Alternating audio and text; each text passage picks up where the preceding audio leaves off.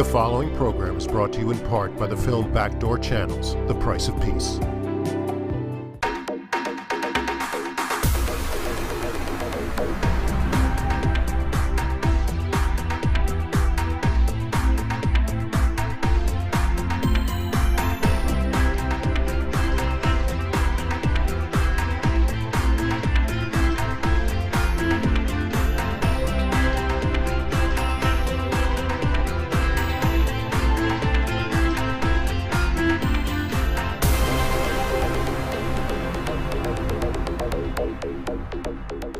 Welcome to the show, and two interesting subjects today. One, a topic called the Reichmanns, the fantastic family of Olympia and York, and etc., etc. A book written by a fellow named Bianco, tremendous book. We'll talk to him in a few minutes, but first we're going to talk about another very interesting and tough topic, that is Swiss bank accounts. And on our show today we have the woman who initiated the legal aspects of this. We're not talking about the World Jewish Congress and Rothman.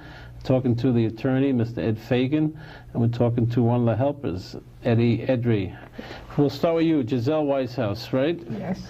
Why did you, obviously we know why, because you felt that you were, in a sense, the word is terrible, but ripped off terribly by the Swiss banks. Tell us your story. I was 14 years old to the Holocaust. Right. And my father was arrested before we went in the ghetto because they arrested the wealthy people. And so he came a day before. We were over 6 weeks in the ghetto. So before they took us to Auschwitz with the famous cattle trains, we were the second transport in our city. So he came to say goodbye to the What did your father do? He was dealing in foreign currency. Was he a wealthy man? Yeah, he was accordingly to the standards there, and he was dealing in this foreign currency. He traveled all over. I have even a witness who was dealing with my father who contacted me. Okay, since we have limited time, and I know it's a tough subject, so you knew your father had money. Did you know that he deposited in Swiss banks? Yes, he told me before, when he came with a guard, that he has money in the vaults, and he also has money in the Swiss banks. I was 14 years old that time. Right. And there was a guard standing by the door, so he didn't scream this, just quietly. When I came home after the war, I was the only one surviving. So I went looking for the money in the vaults. I really didn't know where they were, but I find the money in the vaults. I couldn't get the Swiss money out. And when I Did you know the number of the accounts? No, I didn't know any number. All right, so what happened? You went to Switzerland. Did you know the name of the bank? Yeah, the Union Bank of Switzerland. And what happened when you went to the bank? I went there. I was there about 30 years ago. The first time I went two times more. And I had a relative that time in Switzerland who survived there. And he came with me to the bank. I told him, but everybody said the same thing. There is a lot of people looking for this money, and they wouldn't give out anything. So now, when it came to it that there is some documentation, and all of a sudden it was written in the newspapers about the Swiss money, so I asked Mr. Fagan, what can we do about it? So he suggested we should start. All right, what kind of documents did she have? Well, the documents that she had were the anecdotal documents, and she even had the name of the bank right. It turns out that the stories that she was telling us were paralleling the documents that are becoming declassified almost on a daily basis through the efforts of Senator D'Amato. And the same bank that her father had the money is a bank that, according to U.S. declassified documents, is one of the places where an account that was Hitler's account was stored. She has other information. We found a witness who knew her father, knew about her father's trips to Switzerland, knew about her father's deposits. How wealthy do you think your father was? Do you have any idea? I don't know. I was 14 years No, I old, but understand. we were well up, and and I find after the war, altogether, I could have $3,500. That was a lot of money. In those days, In those if, days. if you Oh, were you to could- take it to If you today, compound the interest, it's obvious. It's a ton of money. Yeah. Have you done that? Have you done a run on it? we have done a run. What's it come up 3.5, 7, 14, 28, 56, 112,000, and if you take it to the next one, it'd be just under $250,000. That's just that little deposit. Oh, I understand. You compound the interest at what rate? If we're generous, it's a 6% rate. If that doesn't include cost of the money, the fact that they've held on to her money for this period of time, the unjust enrichment. These are enormous. You'll have a lot of tax when you get it back. Got to pay the I'm taxes. not worried about the No tax. worry, you start a no, because foundation. I'm not going to take it for myself. I have good things to do with the money. Most people I heard are really going to donate the money to charities. No. You don't really care about the money. It's the principle. It's the principle, and I have some charity that I would want the money very, very badly. I need it. So I'm not worried about the tax question. Do you have children? Yes. Are they anxious for you to take this case? Yeah, I mean, they're supportive of me. They support me. My But husband, does it bring everybody. up- Not at first. Not at first. No, they didn't want it, right? It brings up too much memory. These are topics that long ago were put to rest or were never discussed. Right. She never had to talk to her grandchildren about all the relatives. Now she's become a household name, and people in school want to know all about her relatives that died. Yeah. Eddie, what are you doing? I heard about this case a few months ago, I should say, late in the fall, and I volunteered my services to translate and to help out, and unfortunately I'm also very familiar with Holocaust, being that my dad is a survivor, and he lost his entire first family. I've never had grandparents or cousins, so my family is a nucleus of 3 people, my parents and myself. Thank God I have kids. And since I'm working with Mr. Fagan and Mrs. Weishauss, I have to say it's the most fulfilling and the most exciting thing that I ever did after raising my 2 kids. Are you the only lawyer doing this, or are other lawyers joining in? Oh no, we have a team of lawyers on this case. There's a number of different cases that are all working together. We're the largest single case. We have over 14,000 clients right now. Individual, one by one, they call our office at the rate of 100 to 300 a day. Then of course the Wiesenthal Center has a lawsuit which is with whom we're cooperating, and there's another lawsuit by Satmar, and the lawyers are Satmar Hasidim. Yes. I saw Senator D'Amato this weekend, and by the way, we are going to do a 3-part series on the entire Swiss bank account affair, and Senator D'Amato is going to come on with me for 3 hours, and maybe we'll go to Switzerland if they let him in, and really get to the bottom of it from a television viewpoint. We're not suing. That's your job. We're not doing the political stuff, which is the World Jewish Congress in Bronfman. We're going to do television and show it to you dramatically, case by case. Maybe we'll pick up one of the cases and just follow it through. But Senator D'Amato will come on with us for 3 hours. It will be an exhaustive study, probably the most exclusive study in the United States for television. And we made that deal last week. What it cost us with Senator D'Amato, we don't know yet, because he's a good man and he wants to run for re-election. So it's good for him. Well, and people should know. He's done a good job. What he's done so far, he deserved to get reelected. He's done a very good job. How long do you think it'll take to get to trial on this case? Less than 2 years. I think there's lots of compelling reasons for this case to be over quickly. Has the State Department or the United States government contacted you? They've contacted us just as far as our cooperating with their investigations, but as far as formal cooperation or formal involvement, no. Everyone's waiting for the Eisenstadt report, which is going to be due out soon. It's going to be out in about a week or 2. I hear it's very condemning. It's the early. Stu Eisenstadt was appointed by President Clinton to, in a sense, look through this matter for the United States government. He's now the Undersecretary of State. You have to remember, of course, there's 3 there's 3 lines of attack. One is a legal line of attack. That's the lawsuits. Those are in Brooklyn. Judge Corman is the judge on it. Marilyn Go judge is the magistrate, and they're pushing hard in discovery. They want the banks to start producing things and disclosing information. Then there's the political arena, and then of course there's the World Jewish Congress, which has been pushing like hell for the last year and a half, 2 years. If it weren't for them, and it weren't for Senator D'Amato, there wouldn't be any of this issue. People like Mrs. Weishauss wouldn't have a chance at getting this information simply because they couldn't get to the records. Are you getting calls from non-Jews also? We have many non-Jewish clients. This isn't just a Jewish... Yeah, I understand. Yeah. And that's why I asked the question. You'll come back, because we're going to do a big series on this. In a sense, I just want to warm our audience up to the fact that we're following the Swiss bank affair very, very assiduously, I should say, and we'll bring you back, and I thank you for taking time out to come with us now, and we wish you the best of luck, obviously. Thank you so much.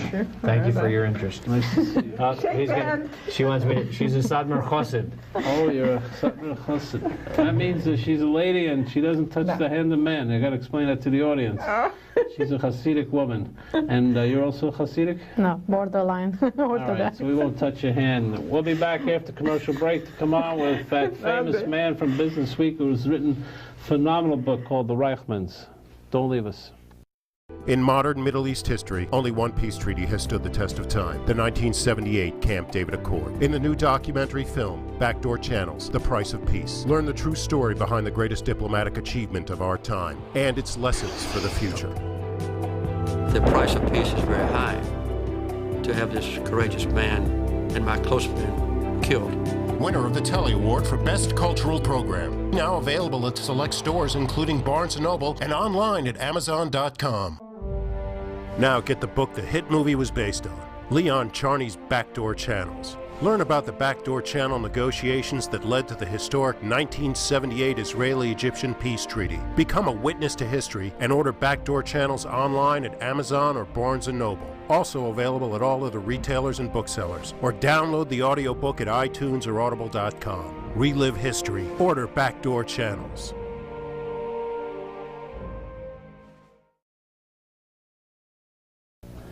So one day I get a call from my friend Sam Lefrak, who's a true viewer of this show. He loves the show. He calls it organic. I'm not sure what that means, but if you don't know, write to Sam Lefrak at Lefrak City.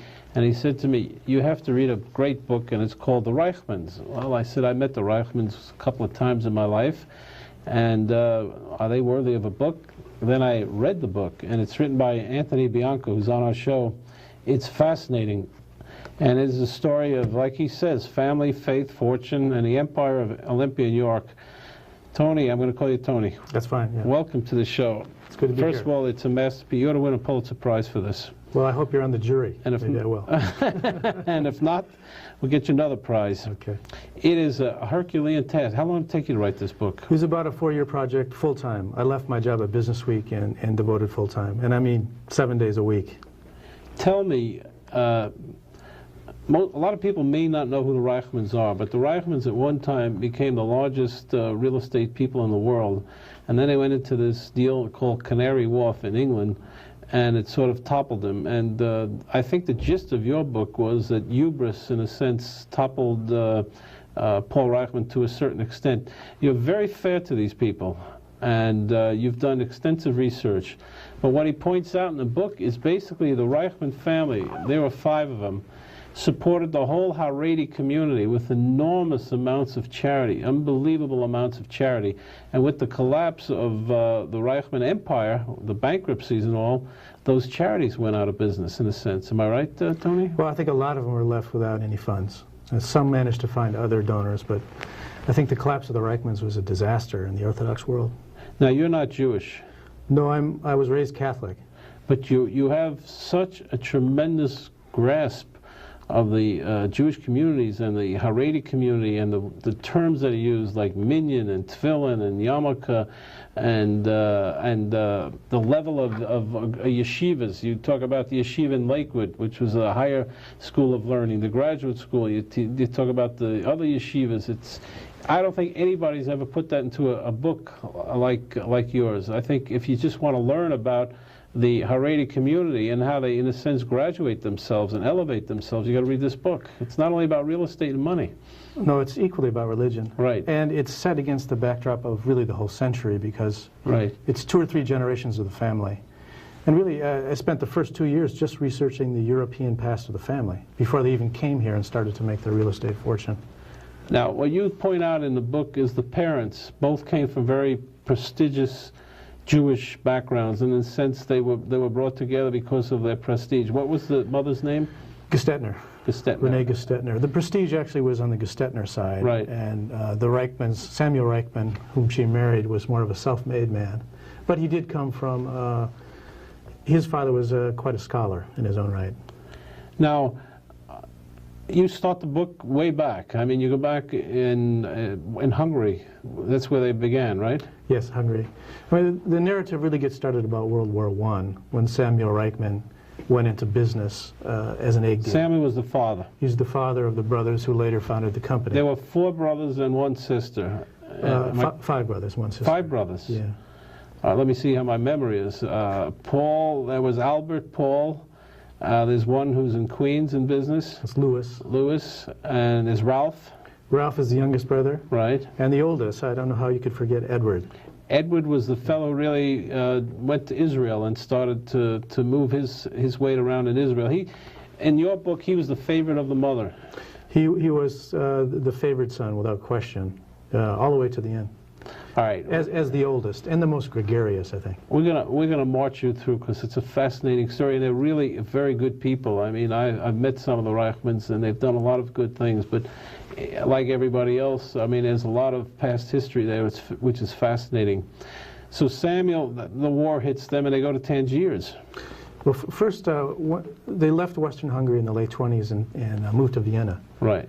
So they spent the 30s in Vienna. And as you know, the environment there was increasingly hostile to Jews. Right. In 1938, the Germans came in and annexed Austria. The Reichmanns happened to be back in Hungary, attending a bar mitzvah of their eldest son. They never set foot again back in Vienna, and considered themselves very lucky that they weren't there. But you said that Sam had very good intuitions. Wasn't he in the egg business at one time, too? He was a very big egg wholesaler. He'd collect eggs from villages, export them to Vienna first, and then to cities in Germany, England, Italy. And unlike a lot of people, he took the Nazi threat very seriously very early. And you were talking about Swiss banks earlier. He set up his own Swiss bank accounts as a young man in the 30s, and was able to keep his capital out of the reach of the Germans as they became more aggressive. Yeah, you even tell a story where, through the Gerstners or something, he sent some money to the United States with a fellow named Charlie Bentheim. That's right. And Bentheim, I know Charlie Bentheim, and Bentheim gave back the money about 5 years later. He didn't even know who walked in. After the war, he walked in and he wrote the check out. That was an incredible story. A great trustee. Did you meet Bentheim? I talked to him. I didn't meet him in person, but I did spend some time talking to him. Okay, so Sam marries this prominent Jewish family matron, or not maid. She was a young woman. Young woman, and they start a family, and then he misses the war by going first to Paris, was it? Well, first to Vienna, and then in 1938 they went to Paris. Right. And they stayed in Paris 2 years and didn't flee until the Germans were at the gates of the city. They went through. You know, they were in that tremendous traffic jam. That trip, south. Yeah, to get to Tangiers. Yeah, it was a very dangerous trip. They made it to a great movie, by the way. I think there's some potential there. They made it to the Spanish border, and then they crossed Spain and went to Tangier, which was a very peculiar and particular place in 1940. Right. Why did they pick Tangier? I believe it's very difficult to get a straight answer to that question from members of the family today. I believe it was because in Tangier, Tangier was one of the few places where a Jewish immigrant like Samuel Reichmann could do business freely. It was essentially an unregulated economy. Yeah, and he became a money... he became a money changer and then later a banker. Right.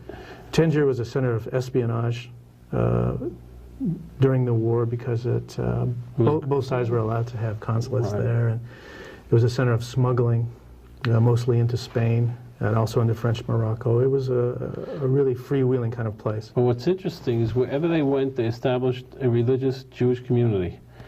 They established a shul or a synagogue there. They probably had a mikveh there, which is a ritual bath. I'm sure that they had kosher food brought in. I mean, they were spotless in their reverence to orthodoxy. In Tangier, I mean, in Paris and Vienna, there were established Orthodox communities, but when they got to Tangier, it was the wilderness in terms of orthodoxy. So they created all their own institutions. Did you go to Tangier? I did. I spent about 10 days there. Nice?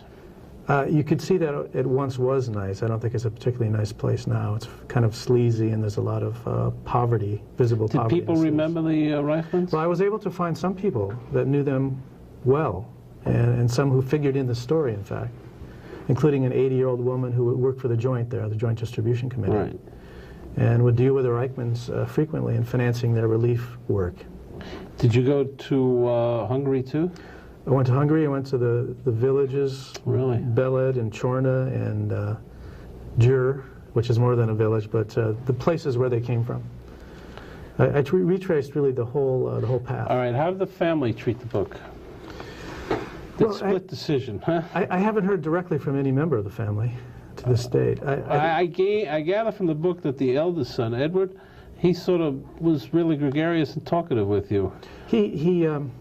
It took a while to build up a relationship with him, but I think he had a great interest in having the story of his mother in particular memorialized in print. Evidently, the mother was a very charitable woman and really revered by I'd say the Orthodox Jewish community all over the world. They were very famous.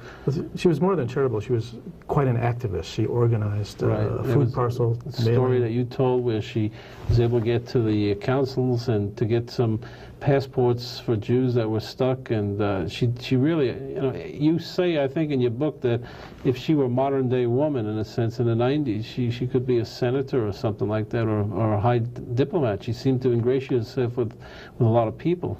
She was a woman of tremendous ability and tenacity. You were fascinated by her. Well, I find her to be... Were you able to talk with her?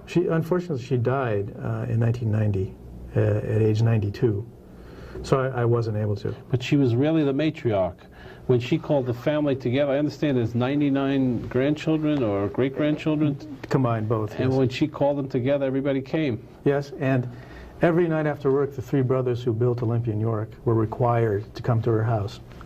And not talk about business so much as just talk about... Every night? Every day. Every business day. And they were willing to do that? They had no choice. She left them no choice, they said. And any family event around the world, a bar mitzvah, a wedding, there was mandatory attendance because she ruled. All right, what brought them to Canada? Well, in the mid-50s and late 50s, Morocco changed a lot, and you had an Islamic government that nationalized the country. Most Europeans left at that time. The Reichmanns sent out Edward Reichmann as the family scout, the oldest son, to find another place for the family to go. He came to North America, thought about South America, but didn't go there. Came to New York City, really didn't like it at all. Went to LA, didn't like it at all, and went to Montreal. And he was scouting for the family? Yes. And then he found the tile business in Montreal? Or? Well, they settled in Montreal, and they founded a tile business, importing tiles from Spain, which he knew from his own business in Tangier. And one by one, the brothers came over and joined him, and they also branched then into real estate development in two cities, Montreal and Toronto. But the three brothers stayed in Toronto, and they ran Olympia and York, am I correct? Well, for a while, for about 10 years, you had two sets of brothers who created identical businesses, one in Montreal and one in Toronto. Same names even, but they weren't the same corporations. The brothers in Montreal overexpanded. They didn't do well? No, they did really well at first, but they hit a wall. The brothers in Toronto, at the insistence of Mrs. Reichmann, the matriarch, came in and absorbed these businesses into Olympia and York. The two other brothers left, and Olympia and York and Toronto became the center of the Reichmann world.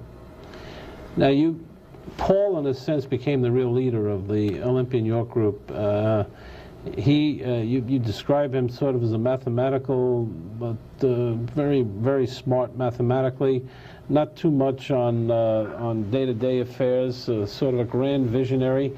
But what's interesting is, in a sense, they weren't creating the money for money. They were creating it in a sense to support this Haredi community.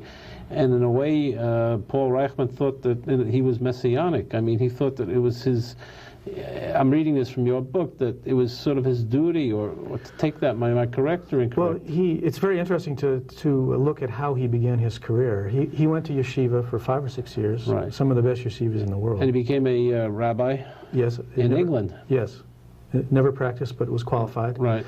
Came back to Morocco, and instead of going into business like his brothers did, he said, I want no part of business. And he opened a school. He went to work for Ozar HaTorah, building and running schools, Orthodox schools, all throughout Morocco. Right. For no salary. Right. So he really started as a kind of a missionary. Right. And had a real religious intensity. I mean, I talked to people that knew him then and said he was a very charismatic, ascetic kind of figure. You know, the religious schools in Morocco faded out as the Jewish population disappeared. Right, but what you point out very significantly is that although he was an Ashkenazi Jew, he really helped the Sephardic Jews from that experience that he had. That's right. He retains, he's still alive, he's 66. He had a lifelong commitment to Sephardic education as a result of what he did in those years. Even as he became a very obsessive businessman, devoting himself 20 hours a day to business. He always, I think, kept not just an interest in the philanthropic world, but a feeling that he wished he could be more active as he was in his youth. That he was torn a bit between business and philanthropy, even as the Reichmanns became one of the biggest philanthropists in the world. Sam Reichmann became a partner with the Olympia and York people, or he was a founder in a sense, wasn't he? Yeah, he and his wife were original stockholders in the company, and together controlled 25%. And he also was chairman of the company until his death in 1975, so he was quite active. Who classify the brothers for me? First of all, the sister was a very dynamic woman also. She, in a sense, took after her mother, and she died fairly young, didn't she? She was her mother's right arm in Tangier and the rescue and relief work they did. She was a very charismatic young woman. After Tangier, she moved to London, got married, and did die of brain cancer in 1985, survived by her mother and her 5 brothers. Edward, the oldest brother, is a very gregarious... is he still in Israel now? He splits his time between Israel and Miami. Is he wealthy by... He failed at business a couple of times, but he's a very persistent man, and finally he became a very conservative, debt-averse developer in Jerusalem and has made a nice business for himself there. Really? There was a time when I was involved with the defense minister of Israel when the Reichmanns wanted to rebuild the whole Kiryah. That's right. And the deal went dead for some reason, went sour. In the late 70s, the Kiryah is like the Pentagon of Israel. The Olympia and York brothers had an interest of moving into Israel in terms of business, and they hired someone from there, a former government official. And they had a number of projects working and corporate acquisitions, and none of it came to pass. I think they came to feel that it was too bureaucratic, and they got caught up a bit in the politics, the secular Jews versus Orthodox Jews politics, and didn't want to be in the middle of that. All right, we're going to cut for a commercial break. We'll come back with Tony Bianco. He's written a must-read, The Reichmanns. It's fascinating. If you've read Barbarians at the Gate, or if you read David Margolik's book about Johnson's family, or if you've read the Warburgs and the Rothschilds, this is in the same category. We'll be right back. Leon Charney sets out to discover the true meaning of the Kaddish, the Jewish custom of reciting a prayer to commemorate the death of a close relative. Join Charney as he finds out the history of the Kaddish and how it has evolved. Reviewed as a refreshing walk through Jewish history and a book that deserves to be read by both Jews and non-Jews, The Mystery of the Kaddish is now available online at Amazon, Barnes & Noble, and all other retailers and booksellers. Or download the audiobook at audible.com or on iTunes. Discover the mystery of the Kaddish. Get best-selling author Leon Charney's latest book, The Battle of the Two Talmuds. Join Charney as he explores years of Jewish history to find out why and how Talmudic scholars and rabbis abandoned the Holy Land for the lands of the diaspora. Learn about the power struggles behind the creation of the Jerusalem and Babylonian Talmuds. It's a book critics call engaging and enlightening, a book which will be of interest to people of every faith. Now available at Amazon and Barnes & Noble, or download the audiobook of The Battle of the Two Talmuds at iTunes or audible.com. We're back. We're talking to Anthony Bianco, who's written the book The Reichmanns, and it's the story of this famous family who created Olympia and York, which was one of the largest real estate companies in the world at one time, and then they went into a tremendous bankruptcy. Fascinating people, and very, very committed to Orthodox Judaism, Haredi Orthodox Judaism. And if you've read the papers lately, you got to be careful which side you belong, because according to one pronouncement of some Orthodox rabbis, anyone who's a conservative or Reform Jew is not a real Jew anymore. It's more problematic than you think. Probably Tony will do a research on it, write another book on all the different Jewish factions. I'm sure you got interested in this Judaism now, didn't you? Well, when I started out, I really didn't know much about Judaism itself or this, the sociology of Orthodoxy, but it became fascinating to me. I see you grabbed it. I took myself to school, I guess. You know what a Masifta is? Yes. You know what a Masifta Gavoa is? No. It's a higher Masifta. Okay. It's like graduate school.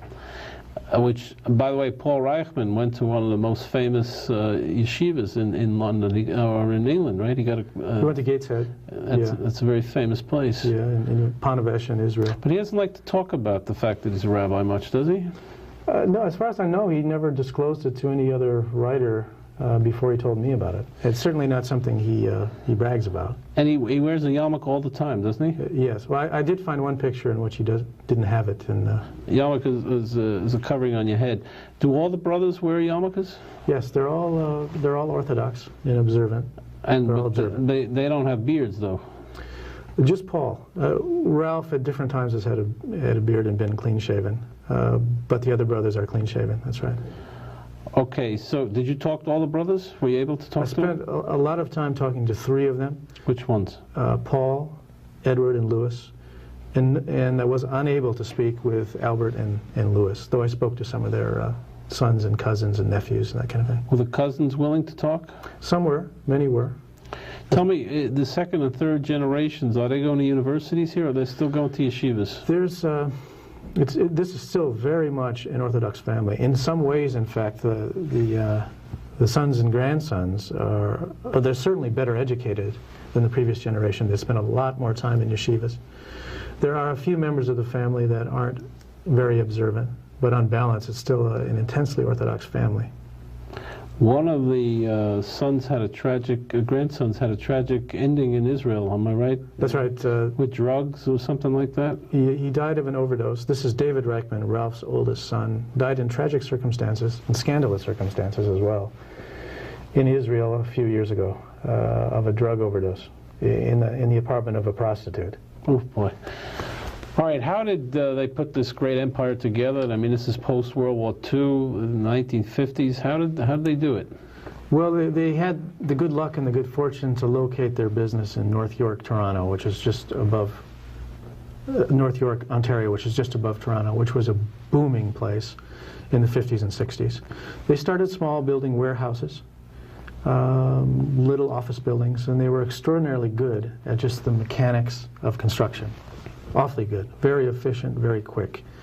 And they were very good at dealing with their customers.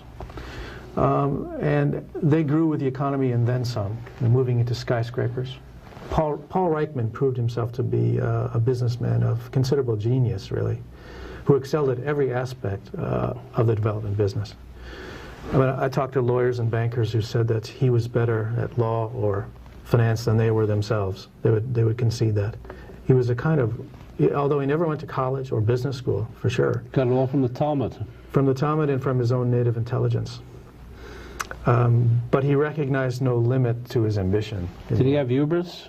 I don't think he started with it, but he developed it. At the end it came. At the end. And there was no real need for him to do Canary Wharf. I mean, he was sitting on top of the world. He had bought the Urus properties. They made a killing in New York City in the 70s, right? That's right. He had done downtown, that whole World Financial Center. World Financial Center.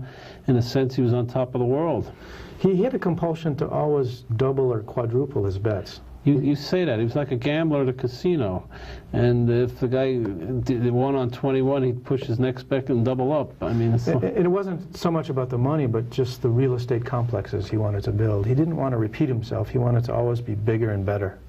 So Canary Wharf is 4 times the size of World Financial Center. He just really was compulsive about building great complexes. Does he admit it? To some extent. To some extent, he will admit it. He will certainly admit to having made a considerable number of mistakes along the way. But basically, their style of living was very moderate. So you didn't have to be a trillionaire or a billionaire the way they lived. I mean, they started to expand their house in the sense they set up their own compound in Toronto. And you describe it very well. First it was, you know, a small house, then they built the neighbors, and they bought the neighbors out and the other neighbors, and it became a compound. But his standard of living is still pretty moderate. Relative to their wealth. And at the peak, they had a fortune of at least $10 billion. $10 billion? $10 billion. Ranking the family? The family as a whole. All of it in Olympia and York. Any liquidity? Well, it was a private company, but they had enormous cash flow. You know, $400, $500 million a year at the peak of the company. I should point out that Tony is a journalist or staff writer or senior writer for Business Week, so he knows from where he speaks and of what he speaks. So they were worth $10 billion. What's their worth today? You have any idea? I mean, the common estimate you hear from people that know them is somewhere under 100 million. The whole family? If that, yeah. And the 99 grandchildren? The whole family. Everybody.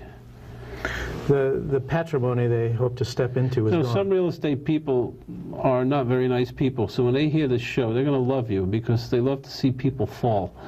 And everybody, you know, a lot of builders, I've met a lot of people in real estate business, and when they see some big guy go down, somehow it gets them excited because there's some, well, I guess it's in every endeavor, there's all this competition. But I heard a lot of glee about people who told me, well, the Reichmanns fell, they should have fell, they were over-leveraged, they went, they leveraged 55 Water Street, they wrote bonds here, they did this, they angled for a quarter basis point more, a quarter basis point here, so that a lot of people got angry at the way. Yeah. But one of the fellows that you said who really loved them was Louis Ramirez, we used to call him Fat Louis at Salomon Brothers. And he was a big, he's the guy who started CMOs, collateralized mortgage obligations. I don't want to get ahead of my audience here and get into a wild discussion of finance, but basically what he did at Salomon Brothers is he would write these mortgages and sell them off to savings and loan associations during the 80s, which was a very big business. And working with the Reichmanns, in fact, he did $1 billion one of those issues, which was by far the biggest at the time. Lou Ranieri and Paul Reichmann were soulmates of a kind, odd as it sounds, and worked together closely for quite a while. What happened to Louis? Is he in business on his own? He's in business on his own now, having left Salomon Brothers in a very publicized dispute with the head. What an interesting period, the 80s, huh, for real estate. For real estate and finance generally. It was a great time to cover that. All right, so the Reichmanns went on and they developed a relationship. I know Paul Reichmann developed a relationship with Margaret Thatcher, and he thought that really would, you know, he came into, in a sense, a foreign country, and he was, I guess, infuriating a lot of the local builders. He came with this huge plan of Canary Wharf, which was literally moving the city of London, where all the business is done, out to, in a sense, a hinterland. And I guess he thought that he had Mrs. Thatcher lined up, and she really was behind it. She went to the opening ceremonies. I read that in the book and all that. But politics is politics. And he got some, I guess, some people in London were not that crazy about it, right? Mrs. Thatcher's enthusiasm for the project was genuine, I think. But in the English system... Were you able to talk to her, by the way? No, I wasn't. I tried? Yes. I talked to some of her advisors. In the English system... Call us John Major. She might let you in. In the English system, the Prime Minister isn't able to dictate necessarily to the different branches of government. And in those branches of government, the way Olympia and York went about its business, kind of arrogantly, offended many bureaucrats. Also, the heads of English companies wouldn't be caught dead moving to this part of town that the Reichmanns wanted to locate Canary Wharf, the East End. Well, you say in your book that the way he enticed tenants to come in is he'd take over their own buildings. I remember at Liberty Street, he took over the whole building in order to bring Merrill Lynch down into the plaza down there. Am I correct? That's right. He did that on a large scale for the first time in New York City and filling the World Financial Center, and did it and got away with it here, at least for a while, and then tried to do it again in It's pretty risky, isn't it? It's very risky, yeah. I mean, it's another form of doubling your bet again. Instead of just having the new buildings that you're building, you end up with old buildings as well. Did the brothers acknowledge that Paul was the leader, or? There was a sort of elaborate charade that the family went through during most of the O&Y years, that the three brothers were co-equals. Paul was a fourth-born brother, and Albert was older than him, so Albert always had the higher title. He was always the president. Paul Reichmann, at the end, was a one-man show. He ran absolutely everything. No one said boo to him. But he was never the president of his own company. It was always Albert. I know Albert did some great work in Russia, bringing out Jews. I know he used to fly in there with his private jet, and he did a lot of very, very good work bringing Jews out of Russia. It was really Albert at the end who carried on the activist philanthropic tradition of his mother. Because Paul was too involved. He was wrapped up in business. At a certain point, Albert got tired of it. This was during Canary Wharf, and said, and separated himself and devoted himself to his own form of activist rescue work. Were the banks angry at them during the bankruptcy? Because they went through a whole elongated process. They hired somebody from Chrysler, I think, to run it from. First, they had a president of a bank, a former president of a bank, Tom Johnson, an American. An American, and he resigned after a couple of spills, right? Yeah, I think he lasted about 10 days. He was under the impression that he was going to run the company, take it over from Paul Reichmann, but Paul Reichmann wasn't about to allow that. And then they brought in Greenwald, or Gerald Greenwald from Chrysler. Did you talk to him? No. Couldn't get to him either? Well, there's not a lot in this book about the maneuvering right at the end, because that was covered in great detail in the press. And this is a book about a family. That's right. It's really it's a biography of the family, and that figures in the end of the story, but it's not something I'm going to devote a lot of space to. It gets very mechanical and your ending is very interesting, by the way. I don't like to jump to endings, but your ending is you meet with Paul Reichmann at the hotel here, the St. Regis, and what does he tell you? Well, he tells me that he's on his way back, that his comeback has begun, and he also, compared to earlier times, I spoke about 5 times with him, 5 or 6 hours apiece. He could be very talkative once you get to him. Compared to some earlier interviews, he was where he was a little bit apologetic and defensive. At the end, he was more aggressive in trying to assign blame for what happened to Olympia and York to bankers, the Canadian bankers who wouldn't run with him for a while. Yeah, let him go even farther. And did you interview the bankers? I interviewed a number of bankers, none of whom would be quoted. And what was their feeling towards the Reichmanns? Well, there was quite a bit of resentment, I think, on the part of bankers towards Paul Reichmann for his obstinacy at the end. But at the same time, it's a little bit disingenuous on their part to criticize Paul Reichmann. They were making a lot of money on the spreads, weren't they? They were going along with it. There were some banks who said, the Reichmanns aren't disclosing all we need to know about their business, we're not going to lend anymore. And that was always their choice, and some banks took it. So the banks that stayed with the Reichmanns and kept advancing them huge sums, in the end really only have themselves to blame for what happened. But as with anyone, there's a mix of emotion. There was a big libel suit that the family went through with, I forgot which newspaper it was, a Canadian newspaper? Yeah, Toronto Life, a magazine actually in Toronto. This was in 1987. It was a long story called The Mysterious Reichmanns, which was really the first attempt to write about the history of the family before they got to Canada, centering on Tangier. They filed a libel suit objecting to certain things that were insinuated about their parents. It was a 3-year court battle. In the end, the battle was settled out of court on the Reichmann terms, the Reichmann's terms. So in the sense they were victorious. They were definitely victorious. Good for them. We got to cut for a commercial break. We'll come right back and continue this riveting story of the Reichmanns. It's fascinating. It's one of the great stories, financial stories of the 20th century and religious stories. Don't leave us.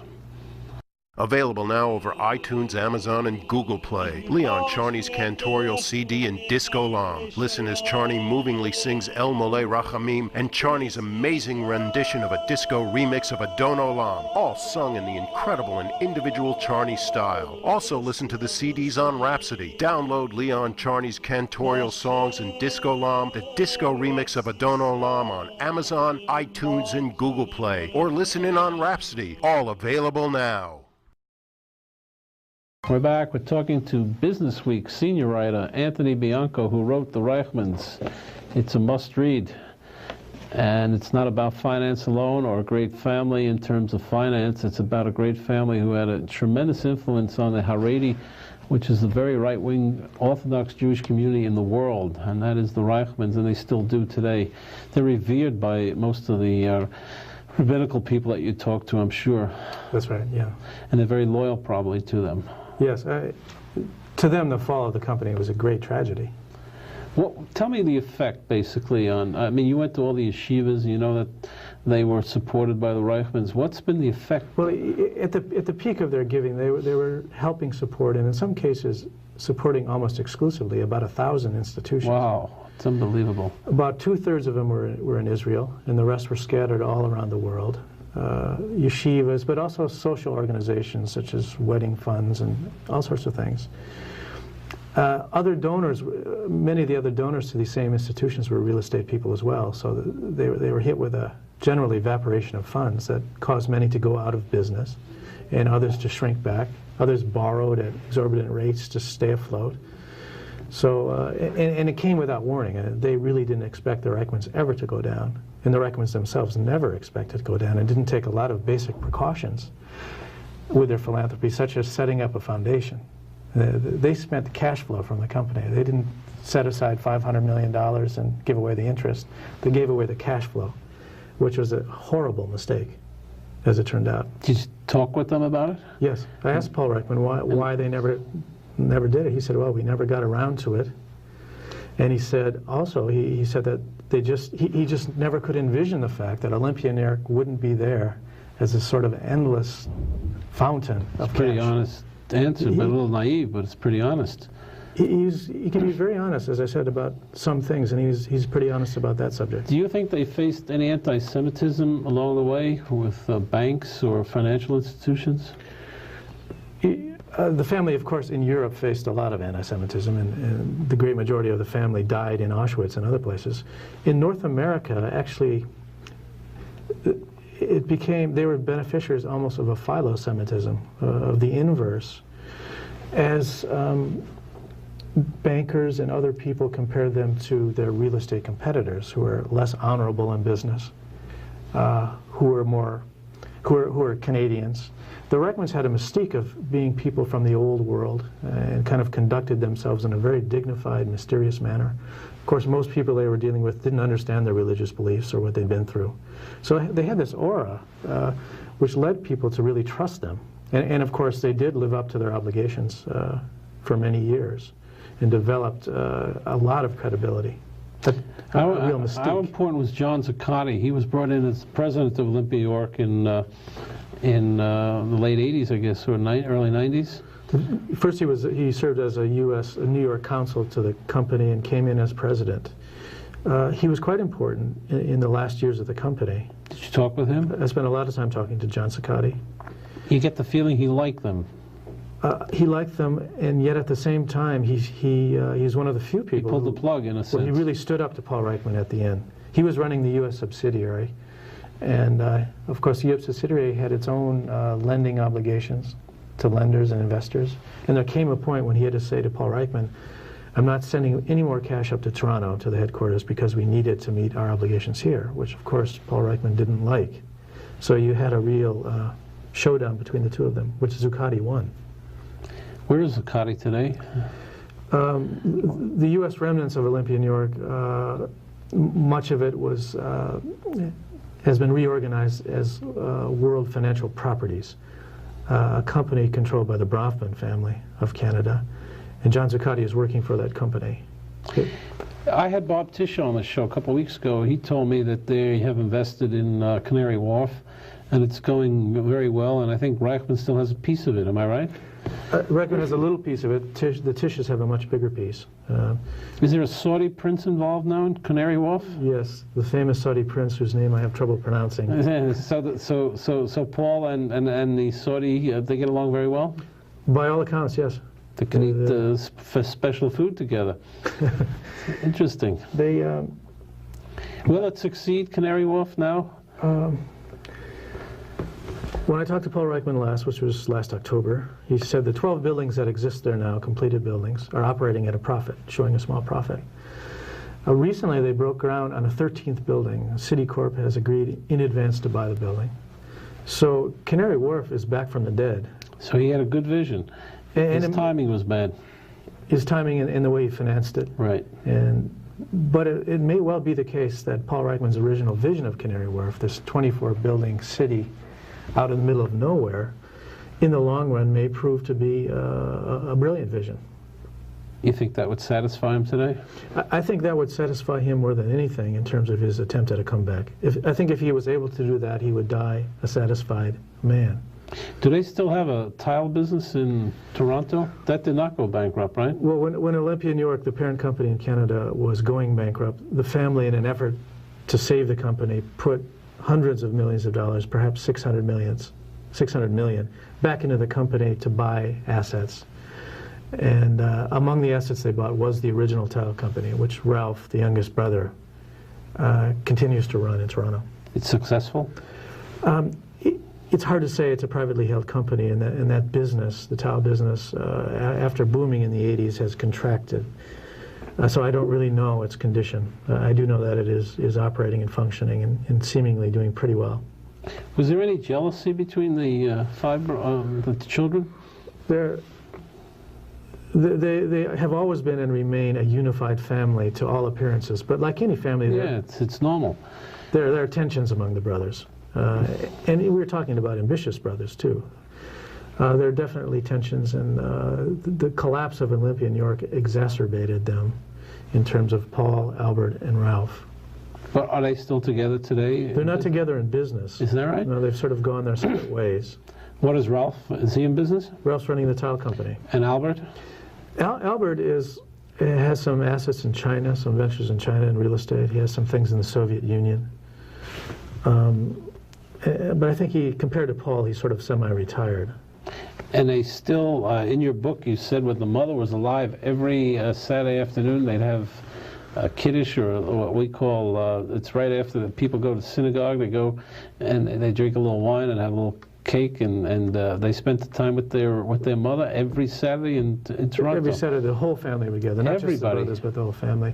So the family has not been as unified since she died in 1990. No one has stepped into that matriarchal role. So you've also had some pulling apart of ties there, but still, I would describe them as an intact family, and I mean the whole family, all of them. So when they were at their peak, were they one of the richest families in the world? Well, Fortune magazine ranked them at one point, I think, 10th, just behind the royal family of Britain.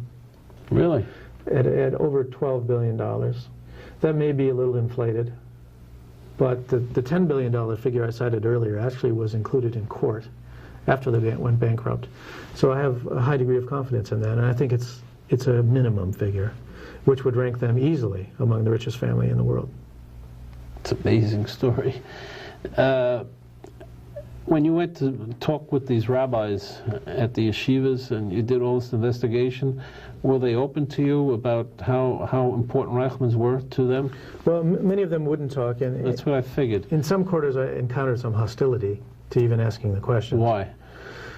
They don't want. They didn't trust me. Who was I coming around probing into the Reichmanns and their own affairs? So, one difficult aspect of this book, not being Orthodox or even Jewish myself, was to establish my credentials with Orthodox people I was dealing with. Once I did that, I got a very warm reception from many people, and many people were very helpful. But in some quarters, I got a slammed door. You tell a story where basically the Reichmanns did not give to the traditional Jewish charities like the UJA and the Federation, and then finally Albert, I think, opens up and he gives $100,000, and the guy was he didn't know what hit him. The I guess the executive director up there of the UJA. But they were very, very benevolent to the hospitals up there and to Canada. They gave to a lot of local charities. I mean, they were an important factor even for the non-Jewish. Well, one thing that Albert was doing at the end, as he concentrated on philanthropy, was to broaden the range of the family's giving. They had always given to hospitals and healthcare institutions, but he started to move them into the UJA and more mainstream Jewish institutions. And this happened, unfortunately, I guess, for the rest of the community up there just before the money ran out. They were moving in this more conciliatory direction, and I believe that was mainly Albert's doing. And Paul went along with it. He wouldn't have done it on his own, I don't think. He believed that the yeshiva world could take and deserved as much money as a family could give it. Really? So he wasn't. You're right on that, because I met the president of a very famous Jewish university. Told me that the Reichmanns, when they were approached for money for that university, denied, they would not give him any money. Well, for years and years they said no, almost routinely as a matter of policy, against any Jewish institution that wasn't Orthodox. All right, it's 4 years, you're into the book, you wrote a tremendous book, it's really an odyssey. What's your feeling about the Reichmanns today? Well, on balance, I would say that the Reichmanns are an admirable family. They're a family of considerable accomplishment. You know, in the annals of the 20th century, I think they are completely distinctive. I don't know of anybody who has the same degree of business accomplishment and accomplishment in their own community. The rise and fall, the speed at which they lost their wealth, I think, is without precedent. I know of no other family that lost so much money so fast. But Paul overcame that, according to you in the book. I mean, I think it was more the ego of something collapsing than the monetary dollars. Am I correct? Yes, it was humiliating to lose that much money and to be pilloried in the press and elsewhere for the way he conducted himself. One of the amazing things about him is how strong and resilient a character is. Yeah, he's amazing. I mean, many people would have bowed out at that point. He actually began his comeback before his failure was completed. I know. He's in Mexico. He had some and he connected with George Soros. He and George Soros were partners for a while. That didn't work out very well. I'll tell you another thing that I know about the Reichmanns, that when one of their brethren were in trouble in the real estate business, I know one man who was given $50 million loan by them. He couldn't repay it. He also went bankrupt, and there was no anger there. I mean, they were helping their other fellow brethren in the business. If you were part of that clique, I mean, they were helping the boys, their own clique of boys. So they're a fascinating family, and I think, like you say, one of the true remarkable families of the 20th century. And look, we're all human beings, so the best we can do is wish them luck and to recover again. That's my feeling for the Reichmanns. Tony, you want to get a bestseller out of this, and I'm sure that you wish them well. I'm sure you had some attachment after a while. I mean, it's 4 years of examining them. Well, you try not to get too attached to the subject you're writing about. You got to keep a bit of a distance. But you're human, Tony. But as I said, I do admire them. I think they're an admirable family. He doesn't want to tell you he just converted to Judaism. He's got a yarmulke in his pocket. He's going to wear tzitzis tomorrow night, and he's going to shul. He's got to run out. So we got to close the show. We'll see you next week.